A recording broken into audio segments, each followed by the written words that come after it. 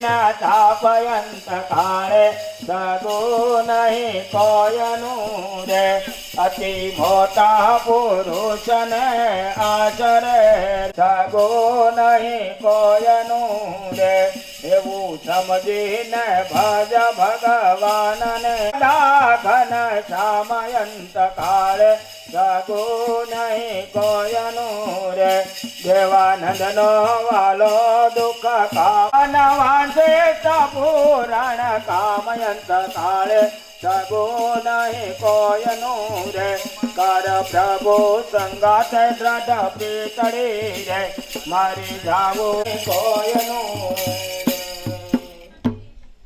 નારાયણ સ્વામી નારાયણ સ્વામી નારાયણ સ્વામી નારાયણ સ્વામી નારાયણ સ્વામી નારાયણ સ્વામી નારાયણ સ્વામી નારાયણ સ્વામી નારાયણ સ્વામી નારાયણ સ્વામી નારાયણ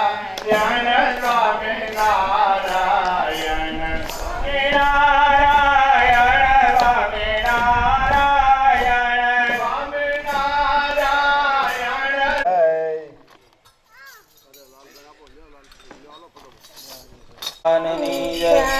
દુઃખ હરિજનનું દિલે ધરો છો સુખ નિધિ શ્યામ સહાયતા કરો છો તદપી ભજન જે કરે ન ભાવે નહીં નહીં નર જાતિ કુજાતિ તે કાવે બોલો સ્વામિનારાયણ ભગવાનની જય. ઈષ્ટદેવ ભગવાન સ્વામિનારાયણ તથા મંદિરેથી પધારેલા પરમ પૂજ્ય સુખ સ્વરૂપદાસજી સ્વામી તથા પરમ પૂજ્ય ગોપાળ મુનિદાસજી સ્વામી તથા પરમ પૂજ્ય હરિસ્વરૂપદાસજી સ્વામી તથા દરેક ભક્તોને જાજા કરીને જય સ્વામિનારાયણ. આપણે સભા એટલા માટે કરી ભગવાન ભજવાનું તાન રાખવાનું છે, બીજું કાંઈ છે નહીં. આ આંખ વિશાળ એટલે આપણું કાંઈ છે નહીં. આપણે ગ્રસ્ત થઈ કામ કરવું પડશે, ઠેઠ સુધી કરવું પડશે, પણ આંખ વિશાળ એટલે આમાં મારું કાંઈ છે નહીં એટલું નક્કી છે. અને શાસ્ત્ર પ્રમાણે જીવ સેદાતો નથી, ભેદાતો નથી, બળતો નથી, સુકાતો નથી, સડતો નથી, કાંઈ નથી. આ તો શાસ્ત્રમાં લખ્યું કે જેમ ઝાડ હોય ને સાંજે પંખી બેસી જાય અને સવારે ઉડી જાય, એમ સંસ્કાર રૂપે કોઈનો ભાઈ થાય, દીકરો થાય, બાપ થાય, દીકરી થાય, પણ જે જેલું ન્યાણું પૂરું થાય એટલે આ કોઈને રહેવાનું છે ને. બીજી વસ્તુ એ કે આપણને સેકન્ડ પછીની ખબર પડતી નથી. સેકન્ડ હું થાય આપણને કઈ ખબર પડે હે? તો આપણને ખબર નથી પડતી એટલે એનો અર્થ એ જો કે આપણી ઉપર કોક છે. આપણે સ્વતંત્ર હોઈએ તો આપણી ઉપર કોઈ ન હોય, પણ આપણે પરતંત્ર છીએ એટલે આપણી ઉપર કોક છે ને છે. એ કોણ છે? પરમાત્મા.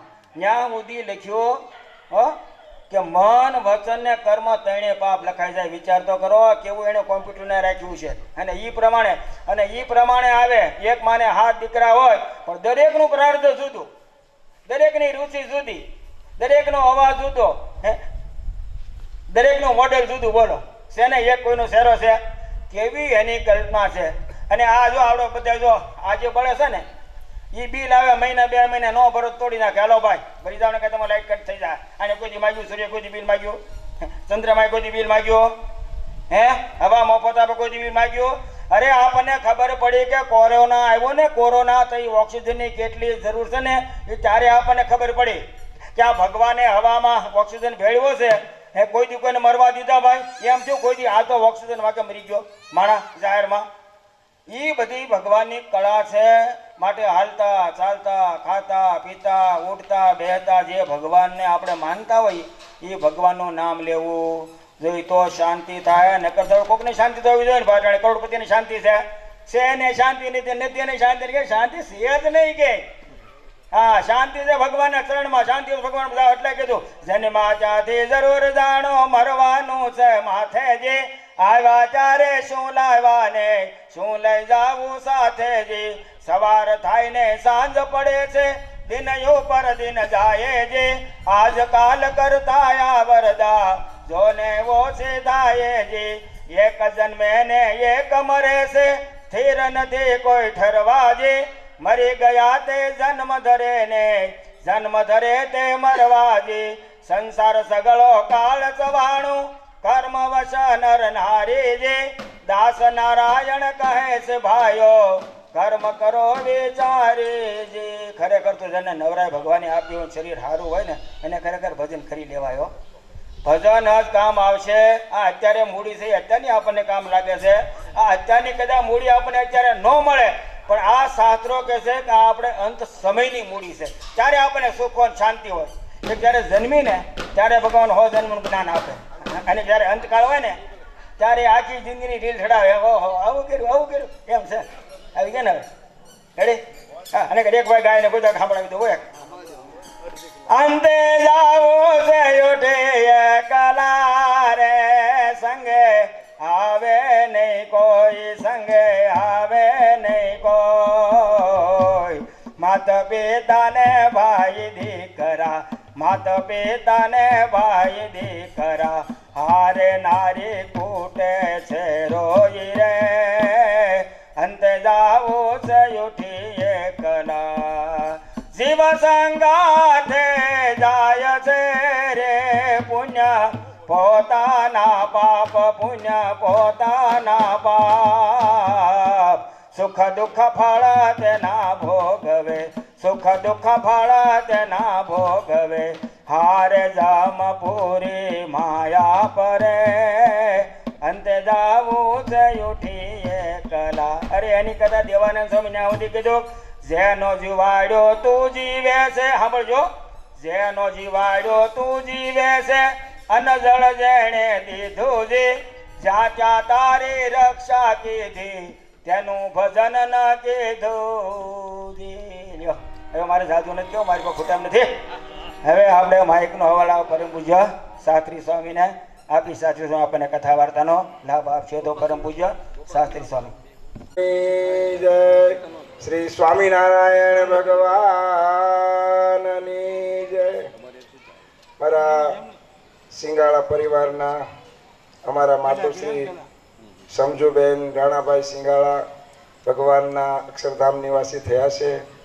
એ નિમિત્તે આપણે જે શ્રદ્ધા સુમન સભા રાખવામાં આવેલી છે, આ સભાની અંદર અમારા સિંગાળા પરિવારના આમંત્રણને માન આપીને પધારેલા કરોડો બ્રહ્માંડના અધિપતિ એવા ભગવાન શ્રી સ્વામિનારાયણ અમરેલી ધામને આંગણે કાલીવાલી ભાષામાં અને હરિભક્તોને ખૂબ ખૂબ આનંદ કરાવી અને ભગવાનની વાતો કરતા એવા સુખ સ્વરૂપ સ્વામી અને સંતો પધાર્યા છે. તો આપણે સંતોનું પહેલાં સ્વાગત લઈ લઈએ. અમારા સિંગાળા પરિવાર વતી દ્વારકેશ નગરના પ્રમુખ શ્રી કાળુભાઈ સુવાગ્યા એમને વિનંતી કે સુખ સ્વરૂપ સ્વામીનો પહેલાં ઠાકોરજીનું પૂજન કરી અને સુખ સ્વરૂપ સ્વામીનો હાર ફૂલહારથી સ્વાગત કરશે. ઠાકોરજીને એક હાર. અમારા અમરેલીને ઘરેણા સમાન સત્સંગમાં શિરોમણી અને શાસ્ત્રી સરસ મજા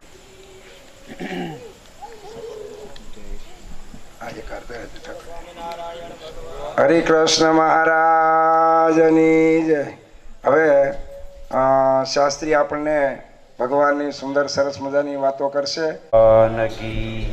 શ્રી હરિકૃષ્ણ મહારાજ કી, શ્રી કૃષ્ણ કનૈયા લાલ કી, શ્રી રામચંદ્ર ભગવાન કી, શ્રી વિઘ્ન વિનાયક દેવ કી, શ્રી કષ્ટભંજન દેવ કી, શ્રી સિદ્ધેશ્વર મહાદેવ કી જય. યદપાંગ પરિષ્પંદે વિશ્વમેતદ વ્યવસ્થિતમ સ્વામિનારાયણો શ્રીમાન સોયમ વિજયતેતરામ. ઈષ્ટદેવ ભગવાન શ્રી સ્વામિનારાયણ મહાપ્રભુ મહારાજના સાનિધ્યમાં અક્ષર નિવાસી સમજુબેન રાણાભાઈ શિંગાળા માજી મહારાજનું ભજન સ્મરણ કરતા થકા પંચભૌતિક દેહનો ત્યાગ કરી ભગવાન શ્રી હરિના દિવ્ય સનાતન અક્ષરધામમાં જ્યારે માજીનો આત્મા મહારાજના ચરણ સમીપે ભગવાનની સેવામાં જોડાયો છે ત્યારે એમની આજે પુણ્ય સભા, શ્રદ્ધાંજલિ સભા શિંગાળા પરિવારમાં પરમ ભગવદીય મનુભાઈ રાણાભાઈ શિંગાળા, રજણભાઈ રાણાભાઈ શિંગાળા, રમેશભાઈ રાણાભાઈ શિંગાળા, સમસ્ત શિંગાળા પરિવાર, ઉપસ્થિત વાલા ભક્તજનો, શ્રી સ્વામિનારાયણ મુખ્ય મંદિર અમરેલીથી પધારેલા અમારા વડીલ ગુરુ બંધુ પૂજ્યપાદ સુખ સ્વરૂપ સ્વામી, પૂજ્યપાદ કોઠારી સ્વામી શ્રી ગોપાલ મુનિ સ્વામી અને ઉપસ્થિત તમામ વહાલા ભક્તજનોને ખૂબ ભાવથી જય સ્વામિનારાયણ. વાલા ભક્તજનો, આપણા વેદોમાં વર્ષો પહેલા એક અદ્ભુત સૂત્ર આદિનારાયણ ભગવાને આપ્યું છે. આ સૃષ્ટિનું જ્યારે સર્જન નહોતું થયું ને એ પહેલાના વેદો છે. સર્વપ્રથમ સમગ્ર વિશ્વની, ચરાચર જગતની, આખા બ્રહ્માંડની રચના થઈ એ પહેલા વેદોની રચના થઈ છે. અને વેદમાં આદિનારાયણ ભગવાને એવું કહ્યું કે આ સંસારમાં જીવાત્માને જો સુખ જોઈતું હોય તો ઋતે જ્ઞાનાન્ન મુક્તિ. જ્યાં સુધી જીવને આત્મા પરમાત્માનું જ્ઞાન ન થાય, જ્યાં સુધી જીવાત્મા પરમાત્મા સાથે જોડાય નહીં, ત્યાં સુધી એને વાસ્તવિક સુખની પ્રાપ્તિ થતી નથી. એટલે જીવનમાં જો વાસ્તવિક સુખ જોઈતું હોય, વાસ્તવિક આનંદ જોઈતો હોય અને વાસ્તવિક શાંતિ જોતી હોય તો એ ભગવાનમાં જોડાવું ખૂબ જરૂરી છે. જ્યાં સુધી જ્ઞાન ન થાય, જ્યાં સુધી સમજણ ન હોય, ત્યાં સુધી વ્યક્તિના જીવનમાં ક્યારે શાંતિ પ્રાપ્ત ન થાય. તમારો વ્યવહારિક માર્ગ હોય તોય ભલે અને આધ્યાત્મિક માર્ગ હોય તોય ભલે, માણસ જો દુઃખી થતો હોય તો એના મૂળમાં જો દકુ બાપા જોઈએ ને તો એનામાં સમજણ ન હોય ને એટલે માણસ વધારે દુઃખી થાય. જો વ્યક્તિમાં સમજણ હોય, જો વ્યક્તિ થોડુંક જતું કરે તો જીવનમાં પરમ શાંતિની પ્રાપ્તિ થાય. એટલા માટે આ સંસારમાં પ્રત્યેક જીવાત્મા સુખી થવા માટે પ્રયત્ન કરે છે. પ્રત્યેક જીવાત્મા રાત દાડો સુખી થવા માટે યત્ન કરે છે. સુખી થવા માટેનો બહુ સુંદર અમારા મુક્તાનંદ સ્વામીએ ઉપાય બતાવ્યો. જ્ઞાન વિના દુઃખ પાવત દુનિયા માયા ઘોર અંધાર में, મુક્તાનંદ મુનિવર વિજ્ઞાની પહોંચા દે તેજ અંબાર में. જો દુઃખનો વાલા ભક્તજનો કારણ હોય તો અમારા મુક્તાનંદ સ્વામી કહે કે દુઃખનું કારણ જીવનું અજ્ઞાન છે. અજ્ઞાનથી માણસ ખોટા કર્મ કરે છે. અજ્ઞાન જ માણસને દુઃખ આપે છે. દુઃખનું કારણ મોળા કર્મ છે. ઘણીવાર ઘણા લોકો એવું કહેતા હોય કે ભાઈ અમને શનિ નડે છે, અમને મંગળ નડે છે, અમને અમારા પિતૃઓ નડે છે, અમને ફલાણું નડે છે, આ નડે છે. પણ વાલા ભક્તજનો, હકીકતમાં આ જગતમાં કોઈ કોઈને નડતું નથી. માત્ર ને માત્ર માણાનો સ્વભાવ નડે છે. ખ્યાલ આવ્યો? માણસને પોતાનો સ્વભાવ જ નડે છે. ઘણીવાર ઘણા કહેતા હોય કે આ મને નડે છે. હવે હું તમને એમ કહું કાળુભાઈ, શનિને આપણે સેઢે સીમાડે કોઈ દિવસ કોઈ પણ પ્રકારનો વ્યવહાર નથી. શનિ આપણને ક્યારે હામો મળ્યો નથી. શનિ તો બિચારો ક્યાંય આકાશમાં અધર ગ્રહ રહે છે, એ આપણને પુકરવા નડવા આવે. બરાબર? એટલે આ જગતમાં એવી બધી બહુ અંધશ્રદ્ધાઓ ઘણા લોકો સેવતા હોય છે અને સરવાળે દુઃખી થતા હોય છે. ઘણીવાર ઘણા કે આમ ઘરમાં ઊભી હાવરણી હોય ને તો ઝઘડા બહુ થાય. આડિયું પડીને બંધ થઈ ગયા છે એ ભાઈ, કે આમ ઘરમાં ઊભી હાવરણી રાખો ને તો ડખા બહુ થાય, ઝઘડા બહુ થાય. તો હાવરણી આડી હોય ને બંધ થઈ જવા જોઈએ ને. એટલે આ ટૂંકમાં માન્યતાઓ છે. સુખી થવા માટે ભાગવતમાં વ્યાસ ભગવાને બહુ સુંદર અદ્ભુત સુખદેવજી મહારાજે રાજા પરીક્ષિતને સમજાવ્યું અને વ્યાસ પ્રભુએ લખ્યું. રાજા પરીક્ષિતે પ્રશ્ન કર્યો, સુખાય કરોતિ કર્માણિ લોકઃ તદ ઉપરતિ દુઃખમ કિમ મુનેહે. આ જગતમાં સારોય સંસાર સુખી થવા માટે હે પ્રભુ રાત દાડો પ્રયત્ન કરે છે, છતાં પણ માણસ સુખી કેમ નથી થતો?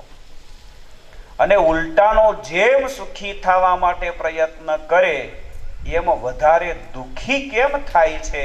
એના પ્રત્યુત્તરમાં બહુ સુંદર સુખદેવજી મહારાજે રાજા પરીક્ષિતને કહ્યું, વિંદન્તે ભૂયસ્તતયેવ દુઃખમ યદત્ર યુક્તમ ભગવાન વદેન્નઃ સુખાય કરોતિ કર્માણિ લોકઃ નતૈ સુખમ વા અન્યદ ઉપારમમ વા.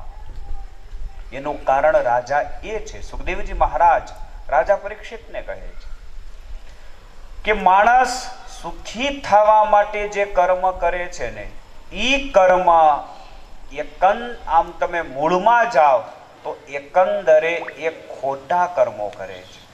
દાખલા તરીકે બહુ સુંદર ભાગવતમાં દૃષ્ટાંત આપ્યું છે પ્રભુએ કે તમારે રોટલી ખાવી હોય તો લોટ કેનો લેવો પડે? ઘઉંનો. હવે ઘઉંનો લોટ અને બાજરાનો લોટ એના બંનેના ડબ્બા બાજુમાં હોય. તમારે રોટલી બનાવી છે પણ તમારે લોટ લેવામાં ફેર પડી જાય, ઘઉંને બદલે બાજરાનો લોટ આવી જાય તો પછી શું થાય ભાઈ? રોટલો. ખાવી તી રોટલી પણ બાલાભાઈ ફેર હું પડી ગયો લોટ લેવામાં, એટલે હવે બનશે હું રોટલા. એ માણસ સુખી થવા માટે પ્રયત્ન કરે છે પણ એ માણસ ખોટા કર્મો કરે છે. ઘણીવાર આ પેક મારવા વાળા સુખી થવા માટે જ પેક મારે ને, બરાબર? પેલી ધારનો પી જાય કે ભાઈ આનાથી આપણે થોડાક સુખી થઈ જાય, ટેન્શન છે એ જતું રહે, વોટેવર, બધા એવા એના મગજમાં વિચારો ચાલતા હોય. તો સુખી થવા માટે ન ખાવાનું માણસ ખાય, ન પીવાનું માણસ પીવે, સરવાળે માણસથી કર્મ ખોટું થઈ ગયું. એટલે સુખને બદલે સુખદેવજી મહારાજ કહે કે એને શું મળશે ભાઈ? દુઃખ મળશે. એટલે તમારે ફરિયાદ હોય તો તમારે સુખદેવજી મહારાજને કરવી. ભાગવતમાં વર્ષો પહેલા આ શુકાચાર્ય લખી ગયા છે કે કર્મ કરવામાં વ્યક્તિ ધ્યાન નથી રાખતો એટલે જીવાત્મા દુઃખી થાય છે. એટલા માટે વાલા ભક્તજનો, આપણા ઉપનિષદમાં, શ્રીમદ ભગવદ્ ગીતામાં, ભાગવતમાં, વચનામૃતમાં સહજાનંદ સ્વામીએ અને સત્સંગી જીવનમાં શતાનંદજીએ બહુ સુંદર કર્મના પ્રકારો બતાવ્યા છે. તમે હું આપણે બધા જ આ સંસારમાં, રમેશ ભગત, જે કાંઈ કર્મો કરીએ છીએ 4 પ્રકારના કર્મો આપણે કરતા હોઈએ. કોઈ પણ વ્યક્તિ આ સંસારનો હોય XYZ, એ તમામ જે કર્મ કરે ને એના 4 પ્રકાર છે. એમાં પહેલો કર્મનો પ્રકાર છે કેવળ કર્મ, બીજો કર્મનો પ્રકાર છે પાપ કર્મ, અને ત્રીજો કર્મનો પ્રકાર છે પુણ્ય કર્મ, અને વ્યાસ ભગવાન કે છેલ્લો અને ચોથો કર્મનો પ્રકાર છે નિષ્કામ કર્મ. આ 4 પ્રકારના કર્મો સારોય સંસાર રાત અને દાડો કરે છે. એમાં પહેલો જે કર્મનો પ્રકાર બતાવ્યો કેવળ કર્મ. કેવળ કર્મ કરવાથી તમને પાપ પણ ન લાગે અને પુણ્ય પણ ન થાય. આનું નામ કેવળ કર્મ. દાખલા તરીકે સવારે ઉઠીને તમે સ્નાન કરો, દાંતણ કરો, અડધો કલાક, પોણો કલાક વ્યાયામ કસરત કરો, બરાબર, તો એનાથી તમને પાપ પણ ન થાય અને એનાથી તમને કોઈ પુણ્ય પણ ન મળે, બરાબર. તમે ક્યાંય એવું નહીં સાંભળો કે સવારે અડધો કલાક જે પીછી કરે અને 1 ગાય દીધાનું પુણ્ય થાય, બરાબર. એનાથી કોઈ પુણ્ય પણ નથી અને એનાથી કોઈ પાપ પણ નથી. અડધો કલાક તમે વ્યાયામ કરો તો તમારું શરીર ફિટ રહે, સારું રહે, તો તમારી બોડી સારી રહે. એનાથી તમને પાપ પણ નથી લાગતું અને પુણ્ય પણ નથી લાગતું. અને બીજો પાપનો પ્રકાર, કર્મનો પ્રકાર બતાવ્યો પાપ કર્મ. પાપ કર્મ એટલે શું? કે ચોરી કરવી, અહિંસા કરવી, ખોટું બોલવું, લૂંટફાટ કરવી, કોઈનો અપરાધ કરવો, છેતરપિંડી કરવી, દારૂનું પાન કરવું, માંસનું ભક્ષણ કરવું, કોઈને દુઃખવવા, આ બધા જ પાપ કર્મો છે. અને પાપ કર્મોના તો અનંત પ્રકારો છે, બરાબર. અને આ જે પાપ કર્મો છે એ જે જીવાત્મા કરે એને ભોગવવા માટે ભગવાનની વ્યવસ્થા રાખી છે. એનું નામ છે નરક. કોઈ પણ વ્યક્તિ આ સંસારમાં પાપ કર્મ કરે એટલે એને ચોખ્ખો કરવા માટે ઈશ્વર ભગવાન ક્યાં મોકલે? એને નરકમાં, જમપુરીમાં મોકલે. અને જમપુરીનું વર્ણન પણ ભાગવતમાં છે. ઉત્તરાર્ધમાં 6મ સ્કંધના બહુ બધું વર્ણન કરેલું છે. અને ત્યારબાદ ત્રીજો કર્મનો પ્રકાર એ પુણ્ય કર્મ. સત્યનું પાલન કરવું, સત્પાત્રમાં દાન આપવું, ભગવાનની કથા કરવી, ભગવાનની કથા સાંભળવી, યજ્ઞ કરવા, વ્રત કરવા, ગરીબોને દાન આપવું, સમાજ માટે કંઈક કામ કરવું, તપ કરવો, જપ કરવો, આ બધું જ છે પુણ્ય કર્મ. અને આ પુણ્ય કર્મ કરવાથી તમને સ્વર્ગની પ્રાપ્તિ થાય, તમને સુખ મળે. પાપ કર્મ કરવાથી તમને નરક મળે, દુઃખ મળે અને અધોગતિ થાય. હવે આ જ પુણ્ય કર્મ છે એ તમે કેવળ ભગવાનને રાજી કરવા કરો એટલે એ પુણ્ય કર્મ નિષ્કામ કર્મ બની જાય છે.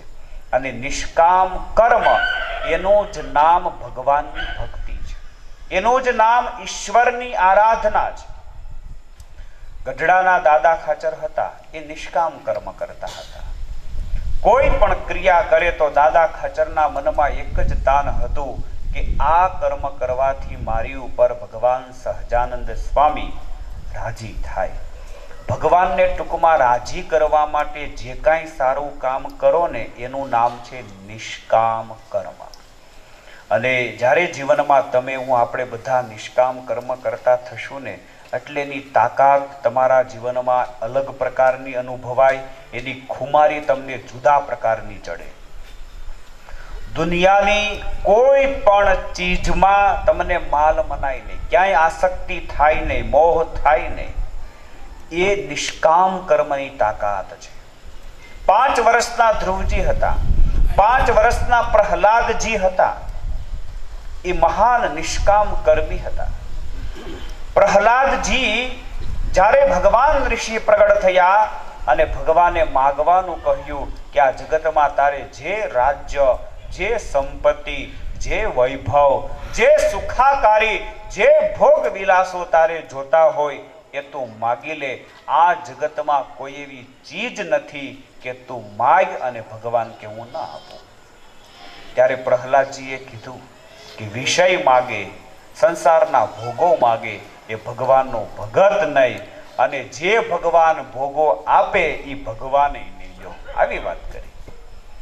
નિષ્કામ ભક્ત ક્યારેય ભગવાનની આગળ હાથ ન લંબાવે.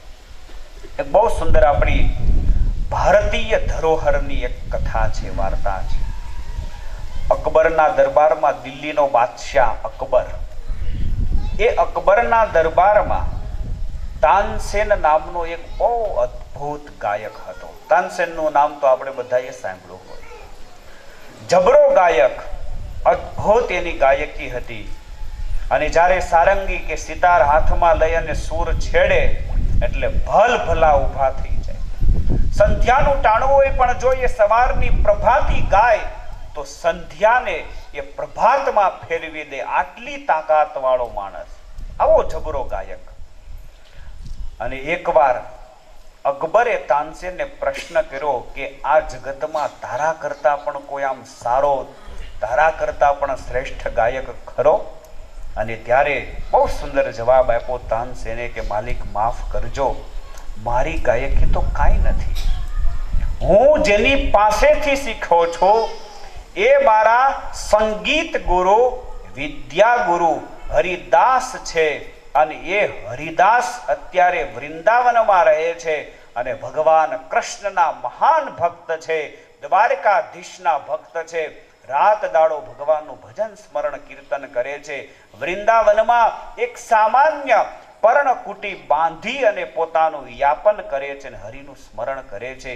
એ મારા ગુરુ હરિદાસ છે ને, એના જેવી માલિક આ જગતમાં કોઈની ગાયકી નથી. જ્યારે બહુ હરિદાસના વખાણ તાનસેને કર્યા એટલે અકબરના મનમાં એમ થયું કે એકવાર આપણે હરિદાસને આપણા રાજ્યમાં દિલ્હીમાં બોલાવીએ, રાજસભામાં બોલાવીએ અને આપણે એમનો લાભ લઈએ. એટલે તાનસેને કીધું કે તારા ગુરુને આમંત્રણ આપ, દિલ્હીનો બાદશાહ આમંત્રિત કરે છે અને અહીંયા આવે, તમે જાઓ અને તમારા ગુરુને લઈને આવો. ત્યારે તાનસેને કીધું કે માફ કરજો, મારા ગુરુ દિલ્હીના બાદશાહની પાસે ક્યારે આવશે નહીં.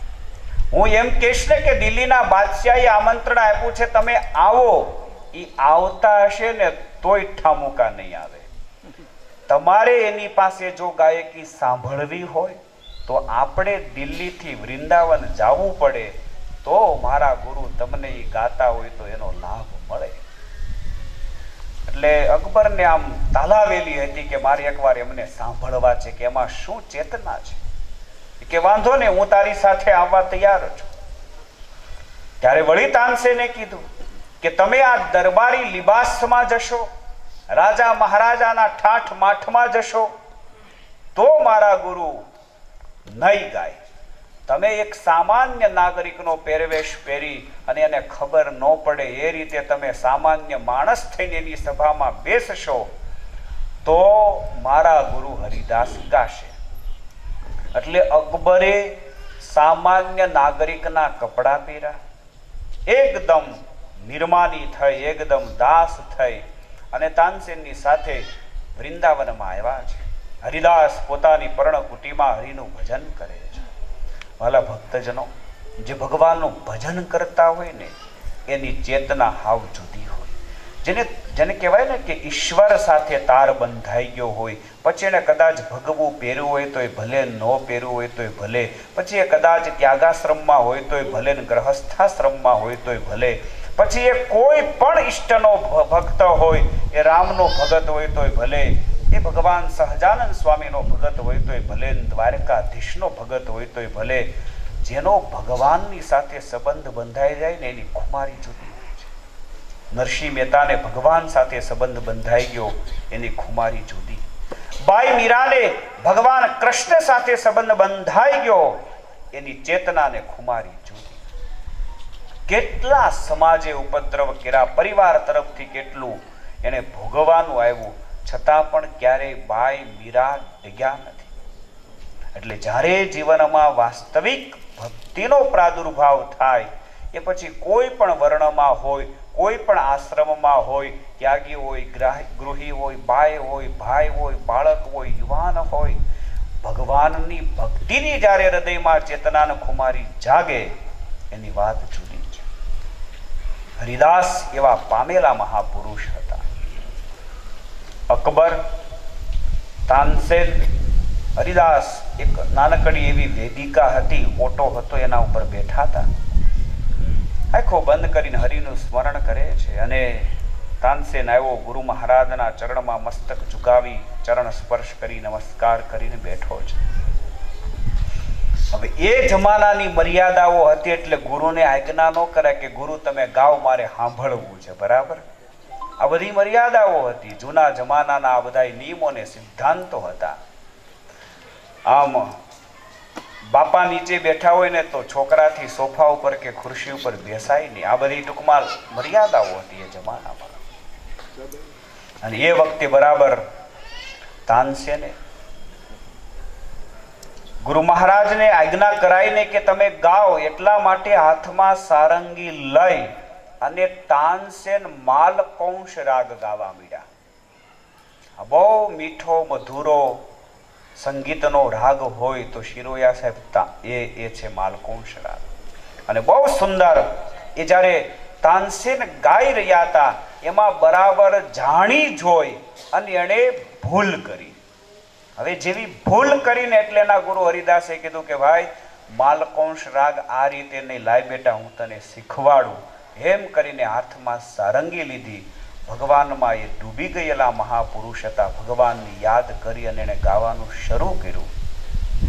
એક પદ, બે પદ, ત્રણ પદ ને 4 પદ જ્યાં ગાયા ત્યાં અકબર હતો ને ફિદા થઈ ગયો સાહેબ, એકદમ રાજી થઈ ગયો. અને એના ગુરુ હરિદાસના ચરણમાં બાદશાહ હતો દિલ્હીનો, છતાં પણ ઢળી ગયો. નમસ્કાર કર્યા, ચરણ સ્પર્શ કર્યો અને વંદન કરી અને પછી બંને જણા બહાર નીકળી ગયા. ત્યારે અકબરે તાનસેનને પ્રશ્ન કર્યો કે ભલામણા તું તારા ગુરુ હરિદાસ પાસેથી આ બધું શીખ્યો છો, તો તારા ગુરુ જે ગાય છે અને તું જે ગા છો એમાં આટલો આકાશ પાતાળનો ફેર કેમ છે? તું તારા ગુરુ જેવું કેમ ગાઈ નથી શકતો? મેં તને ઘણીવાર સાંભળ્યો છે, હું તારામાં ફિદા હતો, તારી જેવી કોઈની ગાયકી નથી એવું મારા મનમાં હતું, પણ તારા ગુરુને મેં સાંભળ્યા ને પછી તું તો એની આગળ કશું જ નથી. તો મને એ બતાવ કે તારા ગુરુ અને તારી ગાયકીમાં આટલો ભેદ કેમ છે? અને ત્યારે બહુ સુંદર જવાબ આપતા તાનસેને કીધું કે માલિક માફ કરજો, મારો ગુરુ જે ગાય છે ને એ અનંત કરોડો બ્રહ્માંડના બાદશાહ ભગવાનને રાજી કરવા માટે, ઠાકોરજીને રાજી કરવા માટે ગાય છે, અને હું ગાઉં છું ને દિલ્હીના બાદશાહને રાજી કરવા ગાઉં છું. એટલા માટે આ ગાયકીમાં ફેર પડી જાય છે. મારો જે ભાવ છે એ ખાલી તમને રાજી કરીને મારા પરિવારનું ભરણ પોષણ કરવા માટે હું ખાલી ગાઉં છું, એટલા માટે મારી ગાયકીમાં અને એની ગાયકીમાં ફેર પડે છે. અને બહુ પાકી વાત છે, અહીંયા જેટલા સભામાં બેઠા છો ને એ બધાયને અનુભવ છે કાંતિભાઈ. આપણા ઘરે સત્યનારાયણની કથા હોય અને ત્યારે તમે જે શીરો બનાવો અને એ જે પ્રસાદ તમને મળે એનો સ્વાદ જુદી ભાતનો આવે. અને તમારે ત્યાં કોઈ તમારા સગાવાલા વેવાય વેવાણ આવ્યા હોય અને ત્યારે તમે શીરો બનાવો, એ તમે ખાઓ તો પણ સ્વાદમાં પ્રેમજીભાઈ ફેર પડી જાય. બરાબર? ઓલો સત્યનારાયણનો શીરો હોય ને તો ડાયાબિટીસ થઈ હોય તો બીજી વાર ખાવાનું મન થાય. બરાબર? આ બીજી વાર ખાવાનું મન થઈ જાય. અને ઓલા તમે ઢેફલા પાડ્યા જ હોય રવાના, બરાબર, બનાવનારા ઈના ઈ જ હોય, મસાલા પણ ઈના ઈ જ હોય, પણ ભગવાનને ધરાવી અને પ્રસાદના રૂપમાં તમે ખાતા હોય ત્યારે એનો સ્વાદ જુદો આવે છે. આમ સત્યનારાયણની કથાનો પ્રસંગ હતો એટલે 5 અધ્યાય હોય ને 5 ડંકા પૂરા થયા એટલે કાબા બાપાન, ભૂરા બાપાન, મેપા બાપાન, ધના બાપાન, ભીખા બાપાન બધાય બાપાઓ ફાળિયા ખંભે નાખી અને પ્રસાદ લેવા માટે ઓટેથી પછી સભામાં આવી ગયા. એમાં છેલ્લે આમ પેલી લાઈનમાં જ આવીને બેસી ગયા હતા. એમાં પેલા કાબા બાપા બેઠા અને પ્રસાદ એના હાથમાં ઓલા પીરસનારા યુવાને આપ્યો ને જ્યાં થોડોક ચાખ્યો અને બહુ મીઠો લાગ્યો. એટલે કાબા બાપાના મનમાં એમ થયું કે આમાં ઝપટ મારવા જેવી ખરું હો. એટલે પહેલેથી એ પ્રસાદ એકવાર લઈ લીધો, ત્યાંથી ઉઠી અને હાવ છેલ્લી લાયન હતી ને એમાં છેલ્લા બેસી ગયા. હવે આ પીરસવા વાળો પ્રસાદ આપતો આપતો આપતો આપતો જ્યાં પેલા દાદા પાસે પહોંચ્યો, એટલે જમણા હાથમાં પ્રસાદ હોય તો ઓલા હાથ એ ખાલી હોય ને એટલે એને ડાબા હાથમાં લીધો અને ડાબા હાથમાં લઈ જમણો હાથ આમ આગળ ધર્યો અને ડાબો હાથ એને વાહે જવા દીધો. જ્યાં ઓલો પીરસવા વાળો ન્યા પહોંચ્યો ને ટાંકડે પ્રસાદ પૂરો થઈ ગયો.